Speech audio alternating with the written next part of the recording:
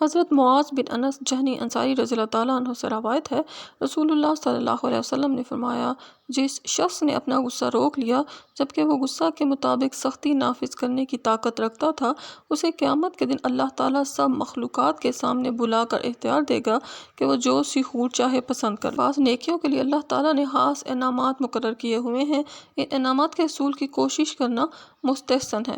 اپنے سے کمزور پر غصہ آئے تو اسے قابو کرنا بہت مشکل ہوتا ہے، لیکن اصل بہادری یہی ہے کہ ایسے موقع پر غصہ نکالنے کے بجائے معاف کر دیا جائے۔ حضرت عبداللہ بن عباس رضی اللہ تعالیٰ عنہ سے روایت ہے، نبی صلی اللہ علیہ وسلم نے حضرت اشج عصری رضی اللہ تعالیٰ عنہ سے فرمایا، تمہارے اندر دو خوبیاں ہیں جو اللہ کو پسند ہیں، حلم، بردباری اور حیا۔ حضرت عبداللہ بن عمر رضی اللہ تعالیٰ عنہ سے روایت ہے، رسول اللہ صلی اللہ علیہ وسلم نے فرمایا، غصے کا وہ گھونٹ جسے کوئی بندہ اللہ کی رضا کے لیے پی لیتا ہے، اللہ کے ہاں اس سے بڑے ثواب والا کوئی گھونٹ نہیں۔ غصے کا گھونٹ پینے سے مراد غصہ ضبط کرنا اور غلطی کرنے والے کو معاف کر دینا ہے۔ اللہ تعالیٰ کو یہ عمل بہت پسند ہے کیونکہ وہ خود بہت زیادہ معاف کرنے والا اور گناہ بخشنے والا ہے۔